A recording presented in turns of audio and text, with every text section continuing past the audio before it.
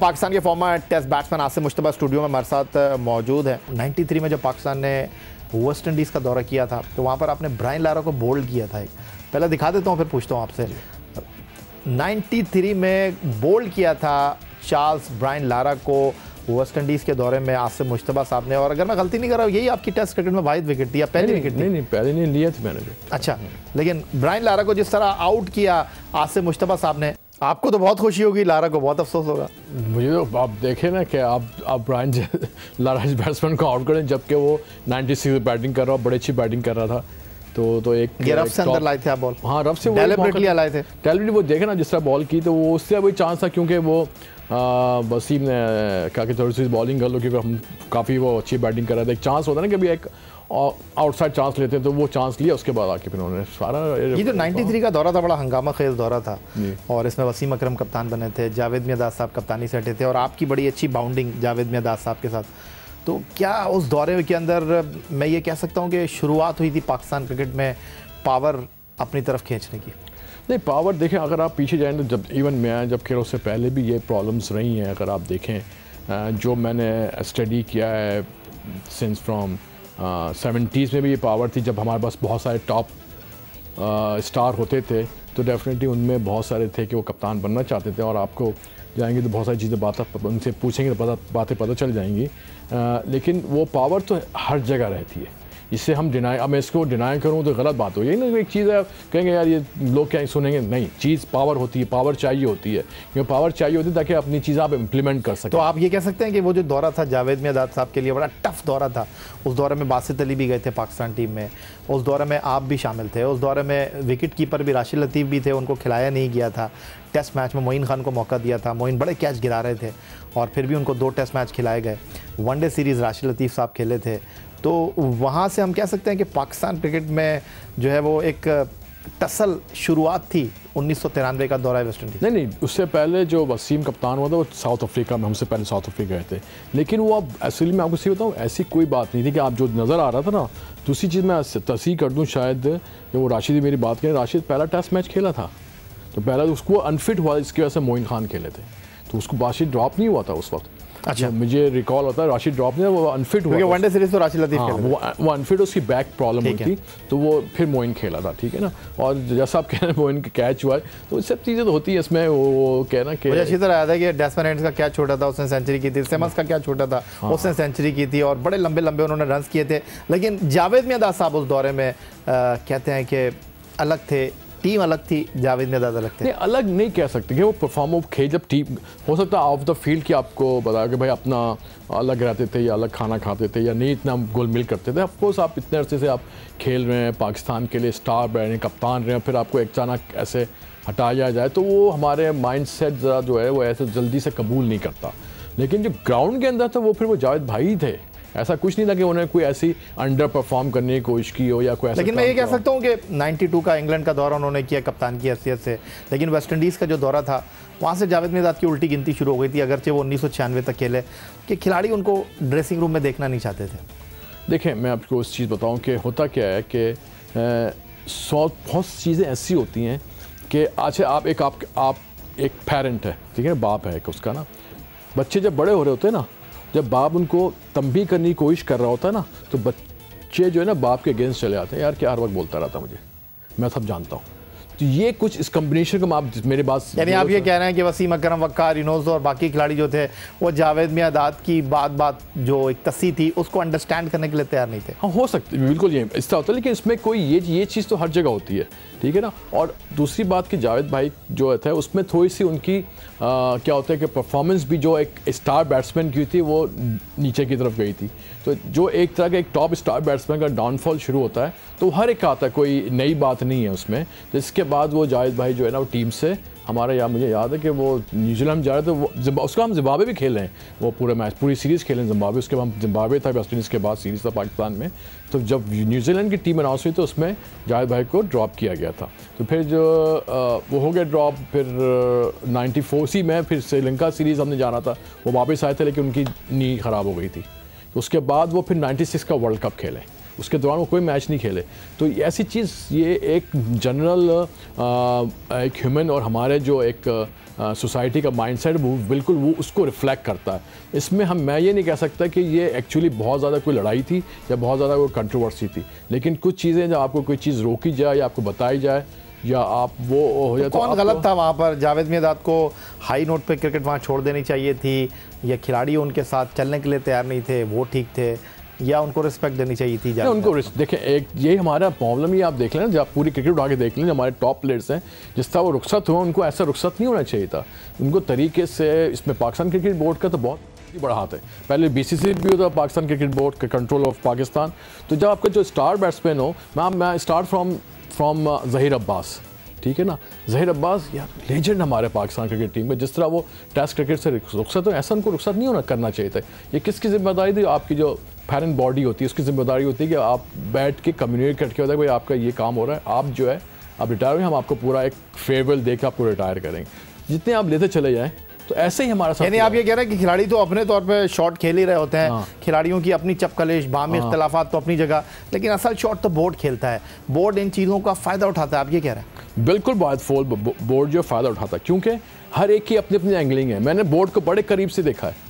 जो लोग मैं बात करूँ, मैं जानता हूँ मैं कितना इन्वॉल्व था बोर्ड में, जब मुस्तफ़ा खान मरहूम बोर्ड के सिर्फ एक वाइस सेक्रेटरी होते थे, ठीक है ना। राशिद लतीफ़ को पता है, जो भी लोग हैं, कि मैं इनसे काफ़ी जो अंदर होते थे उसमें जो है ना, मेरी जो है ना उनसे बड़ी यानी आप ये कह रहे हैं कि पाकिस्तान क्रिकेट में जो पॉलिटिक्स है उसमें बोर्ड के लोगों का बड़ा इंपॉर्टेंट रोल है? बहुत इंपॉर्टेंट रोल है, बिल्कुल। इसमें कोई डिनाई नहीं कर सकता मैं इस बात से कि इसमें इंपॉर्टेंट, क्योंकि उनका काम है कोई भी चीज़ आए उसको डिफ्यूज़ करना, उसको मॉनिटर करना, उसको रेक्टिफाई करना, ठीक है। आप खरगोश या कबूतर की तो आंखें बंद नहीं कर सकते, मैं गलत क्या है, कबूतर की आंखें नहीं बंद कर सकते कि हो रहा है, होने तो खुद ही ठीक हो जाएगा।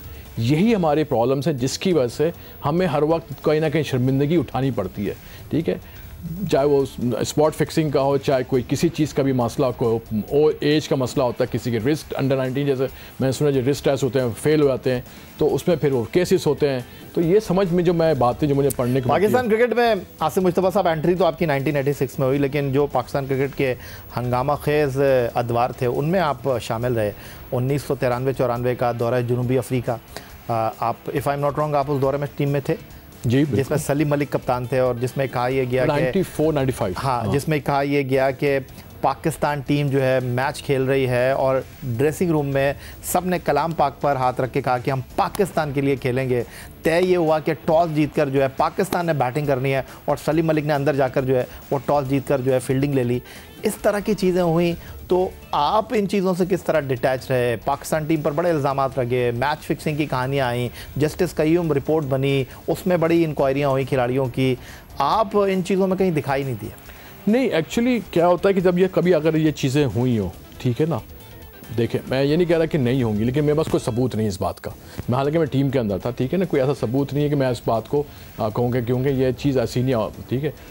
क्योंकि ये जो चीज़ हुई है, ये मतलब हम खेल रहे हैं, एक नॉर्मल मैच खेल रहे हैं और ऐसे आ रहे हैं इसमें, और ऐसी सडनली एक बात सुननी मैच में, यार ऐसा हो सकता है, मैच पहले अपना क्या ऐसा हो सकता है? नहीं, मैंने कहा यार इस लड़के हमारे या कोई जो इल्ज़ाम लग रहे हैं ऐसा नहीं हो सकता। मैंने आपसे कहा जनूबी अफ्रीका के दौरे में पाकिस्तान टीम के खिलाड़ियों ने कलाम पाक पर हाथ रखा, ये हुआ था ऐसा कि हम पाकिस्तान उसमें नहीं, कहीं और जगह पे ज़रूर हुआ है ये, मैं उस चीज़ का मैं आप जो है ना वो नहीं, लेकिन हुआ है 2-3 मौके में था जहाँ पे हुआ है, ये ऐसी बात है। और इसमें ये हुआ था कि वो एक रूमर्स चल जाती नहीं कि भाई वो मैच का कुछ हो गया है, नहीं जी आओ जी कलाम पाक पे हाथ रखो जी, ठीक है ना, कि ऐसा नहीं होगा। तो ये चीज़ें हुई, मैं इसको डिनाई नहीं कर रहा, मैं इसको सब, और ये सब बातें हैं, उसमें और कुछ छुपाने की बात भी नहीं है, क्योंकि आप एक लॉयल्टी ले रहे हो अपनी कंट्री के साथ। अगर आपको किसी चीज़ पे शक है तो वो हर जगह ली जाती है, हमने क्रिकेट में ले ली, जिसमें कोई ऐसी। आपको जस्टिस कयूम रिपोर्ट में बुलाया गया था? नहीं, मुझे मैं बताऊँ उसका क्या था कि जस्टिस कयूम रिपोर्ट की जो थे, जो भी चल रही थी प्रोसीडिंग, वो शायद किसी को मैं आज बताता हूँ कि वो मेरे पास जो भी कर रहे थे उनका मेरे पास फ़ोन आया ना, ठीक है, कि जी वो आपको हेयरिंग के लिए। मैंने क्यों हेयरिंग, मैं तो मैच खेल रहा फर्स्ट क्लास के ना, मैंने मुझे क्यों हेयरिंग के लिए, कि नहीं आपको हेरा, मैं कह नहीं मैं नहीं आ सकता आपको, आपने, क्योंकि मुझे पता इतना तो मुझे लीगल प्रोसीडिंग पता, मैंने आपने सवाल तैयार किए होंगे, अगर आपको सवाल मुझे फ़ोन पे पूछ लें तो मैं उसका जवाब दे देता हूँ आपको। कह नहीं आऊँगे तो हम अरेस्ट कर लेंगे। मैंने कहा मैं ही रह गया हूँ अरेस्ट करने के लिए कि मैं नहीं आऊँगा तो। अच्छा। इस तरह मैंने, तो खैर वो जो भी था, तो उन्होंने पूछा कि आपको उस मैच में जो 94 का मैच जो हम ऑस्ट्रेलिया से हारे थे, आप 11वें नंबर पे क्यों आए? श्रीलंका में। हाँ, श्रीलंका में। तो आप 11वें नंबर में, मैंने कहा आप जाके रिपोर्ट देखिए कि उस मैच में फील्डिंग करते हुए माइकल स्लेटर का कैच मैंने किया था वसीम अकरम के बॉल पे, मेरी उंगली टूट गई थी। ठीक है ना, तो उंगली टूट गई थी, तो अच्छा ये चीज़ भी थी कि उंगली टूट गई थी, मैं चला गया, अब तो हो गया, तो मैं बैटिंग नहीं कर सकता था। हालांकि हम मैच तकरीबन हार ही गए थे, लेकिन फिर भी मुझे इंतखाब आलम साहब ने 1 ओवर और 1 बॉल रह गई थी, मुझे बैटिंग करने भेज दिया। मैं एक हाथ से बैटिंग करने गया, तो मैंने कहा ये बहुत थी। फिर उसके बाद मेरे पास दोबारा कोई कॉल नहीं आई उनकी वहाँ से यूँ प्रोसीडिंग्स के लिए। लेकिन आसिम मुश्तबा साहब, जिस दौर की मैं बात कर रहा हूँ, जिस दौर की जो है वो कई कमेटियाँ बनी, तहकीकात भी हुई, तो आपने कहा कि यार मैंने ऐसी चीज़ देखी नहीं, मैं क्यों झूठ बोलूँ। लेकिन ये सारी चीज़ें होती थी, डिस्टर्ब तो होते थे, खेल से हटकर कभी सोचने के मौका नहीं मिला आपको? नहीं, डिस्टर्ब मैं यही बताऊं कि डिस्टर्बेंस तो मुझे कभी नहीं हुई, ठीक है ना, इस चीज़ के लिए, क्योंकि अगर ये चीज़ें बाद में सरफेस हुई ना, उससे हम नहीं, क्योंकि हमने जहन में चीज़ें थी नहीं ना। मौजूदा टीम को आप किस तरह देख रहे हैं? क्योंकि कई बार तो ऐसा होता है कि 2020 क्रिकेट में हमारी टीम 20 ओवर नहीं खेल पाती, 50 ओवर की क्रिकेट में हमारी टीम 50 ओवर नहीं खेल पाती। ये एक बड़ा मसला रहा इस टीम का। नहीं, बहुत ज़रूरी है। देखिए, बात ये कि आपने अपना जो गेम प्लान है वो कैसे सेट किया है, ठीक है। क्रिकेट जो है बेसिक तो वही रहेगी, उसमें आप मॉडिफिकेशन लाते हो अपने टेक्निकली पॉइंट ऑफ व्यू से, ठीक है ना। टेलीफोन तो एक ही है ना, उसमें फिर आप बनाते हो सेल फोन आएंगे, ये आएंगे, वो आएंगे, ठीक है, जो चीज़ें। तो क्रिकेट का जो 20 ओवर्स है, आप देखें, आप निकालें आपने कितनी डॉट बॉल्स खेली, क्योंकि 20 अभी आप जब मैं अगर जैसा खेलता था, उसका तो कोई सवाल ही पैदा नहीं इस क्रिकेट में आपका कोई मतलब 2 मैच में बाहर हो जाएगा, ठीक है। क्योंकि मेरे को जॉब डिस्क्रिप्शन दिया थी, मैं जॉब में पूरा करता था, वो चलते थे, वो बड़ी अच्छी बात थी उस चीज़ के लिए, ठीक है। जब क्रिकेट चेंज हुई तो इसलिए फिर आप निकलते हैं बाहर, इसमें कोई ऐसी बात नहीं है। लेकिन जो अभी जॉब डिस्क्रिप्शन है लोगों की, वो ये स्ट्राइक रेट पे आ गया। जब ये टेस्ट मैच में स्ट्राइक रेट का मैंने फर्स्ट टाइम से देखा, मेरे बड़ी शौक था कि टेस्ट मैच में स्ट्राइक रेट की बात होनी चाहिए। अच्छी बात तो होनी चाहिए स्ट्राइक रेट की बात, अगर है तो। अगर आपको रिजल्ट्स लाने मैच में, रिजल्ट तो पहले भी आते थे, अगर पूरे दिन 5 दिन मैच हो जाता था और अच्छी विकेट होती थी, रिजल्ट उस वक्त भी आते थे। अब इंग्लैंड में आप खेलते थे, वो बारिश है और दूसरे वेदर की वजह से मैच ड्रॉ होते थे। लेकिन ये जो 50 ओवर का है, इसमें क्योंकि माइंडसेट आपका आ गया बस शॉट खेलने। अभी जो चीज़ मेरे आज तक समझ में नहीं, जो हमारे जो ग्रैंड फ्लावर के बैट्समैन बैटिंग कोच थे, ये सर्वाइव कैसे कर गए इतने साल। मैं बड़ा नाखिद रहा हूँ इस चीज़ का, आप बैट्समैन है कि इतने साल ये बैटिंग कोच कैसे रह गए। हालांकि पाकिस्तान में जो बड़े बड़े बैट्समैन मौजूद हैं, मैं बात नहीं कर, मैं ये कह रहा हूँ बिल्कुल, ये बहुत सारे हैं जो है। बात ये होती है कि एक बैट्समैन है, आपने इतने अरसे से आपके साथ है, आप किस किस्म के कोच हैं कि वो बैट्समैन को आप सही नहीं करा सके। अगर आप नहीं सही, अगर देखें, 2 चीज़ें होती हैं। अगर आपने कोच ने प्लेयर को बता रहा है भाई तुमने ये करना, ठीक है, तुम्हारे को जॉब डिस्क्रिप्शन दी गई है। जॉब डिस्क्रिप्शन की बात मैं इसलिए करूँगा, वहाँ जाना, वहाँ ये जॉब डिस्क्रिप्शन की बात होती है सिर्फ इसकी ना, कि आपको दे दिया, आप बस भूल जाए, ठीक है। तो वो जो होती है कि आपने जो कोच ने बताया उसको, अब वो नहीं कर रहा ना, आउट करो भाई। आपको बताया यार, आप नहीं कर रहे हो, तो भाई इसका मतलब आप में वो टैलेंट नहीं है कि जो आपको बताया आप नहीं कर पा रहे, आप टीम में उस जगह फिट नहीं होते, तो आप बाहर निकालें, ठीक है। आपको लगता है आसिम मुश्तबा साहब, फवाद आलम टाइप का जो बैट्समैन है, उसको पाकिस्तान टेस्ट टीम में लाजिम मलजूम होना चाहिए? ये तो बहुत पहले से होना चाहिए था, जब से वो परफॉर्म देखें। अगर 3 टेस्ट मैच की परफॉर्मेंस उठाएं तो मेरे आज तक नहीं समझ में कि वो ड्रॉप कैसे हुआ। इतनी तो मुझे बैक की रिकॉल नहीं है कि वो 3 मैच में 100 है और 50 से 40 की एवरेज है, तो अचानक वो टेस्ट टीम से क्यों ड्रॉप हो गया। उसके बाद उसको वनडे खिलाया, उसने वहाँ से एंजॉय करती। तो मेरे समझ में जो टेस्ट मैच का बैट्समैन है, जब आप स्टार्ट हुआ तो आपने एकदम अचानक उसको वनडे खिला दिए, उसमें भी उसने परफॉर्मेंस की और 2 या 3 इनिंग्स उसकी फेल हुई तो बाहर हो गया। वही एक प्लेयर है, कुछ प्लेयर हैं जिनको पूरा चांस दिया जाता है और कुछ प्लेयर हैं जिसको कम चांस दिया, और ये रहेगा, इसमें कोई हम इस पर मुकाबला नहीं कर रहे। ऐसा होता है कि ये एक निज़ाम कुदरत है जिसमें किसी को ज़्यादा चांस मिलते हैं, किसी को कम मिलते हैं। अभी आमिर भाई जो बात कर रहे थे कि आपने चीफ सिलेक्टर भी बना दिया, हेड कोच भी बना दिया, बैटिंग कोच भी बना दिया, मिसबाह-उल-हक को 1 और 3 उनको बना दिया है, तो आमिर सोहेल ने कहा कि इस तरह होता नहीं है। आप इसको किस तरह देख रहे हैं? सही कह रहे हैं, बिल्कुल।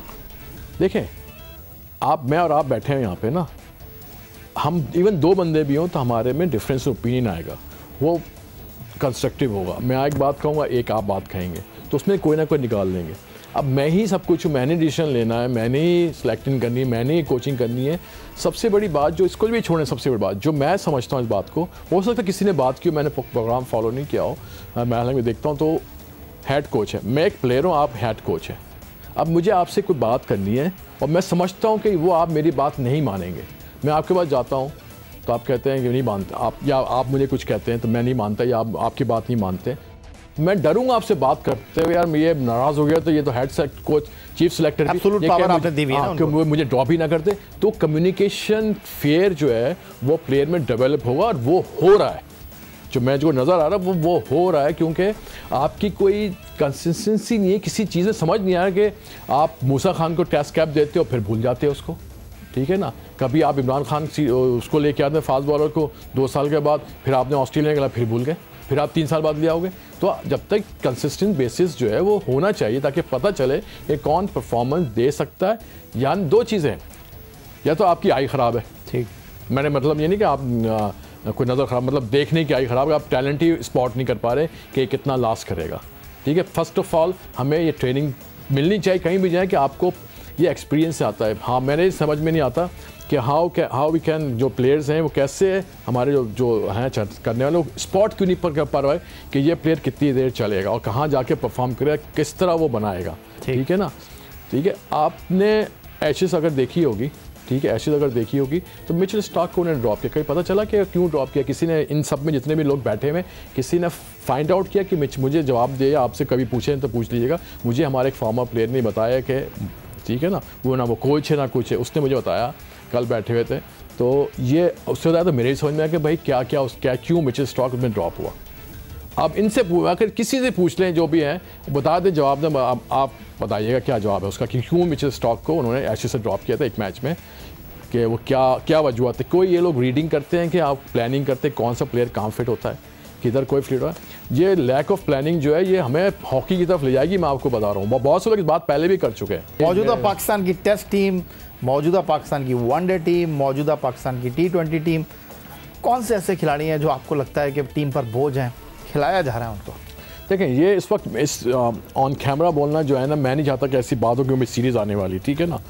तो इसमें आप भी बहुत सारी चीज़ें हैं जिसमें आप कुछ प्लेयरों को एक्स्ट्रा चांस दिए गए, ठीक है, जो कि मैं ये नहीं कह रहा प्लेयर, लेकिन आपको दूसरे प्लेयर से जो भी परफॉर्मेंस कर रहे थे उनको भी ट्राई कर लेना चाहिए था।